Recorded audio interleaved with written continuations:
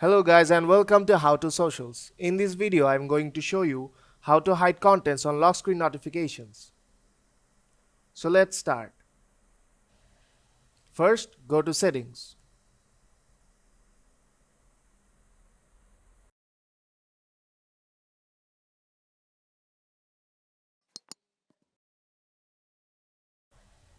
Then tap on Notifications.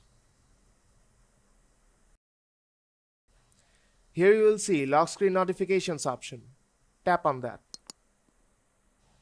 Now you will have three options: Show, Do Not Show, Show but Hide Contents.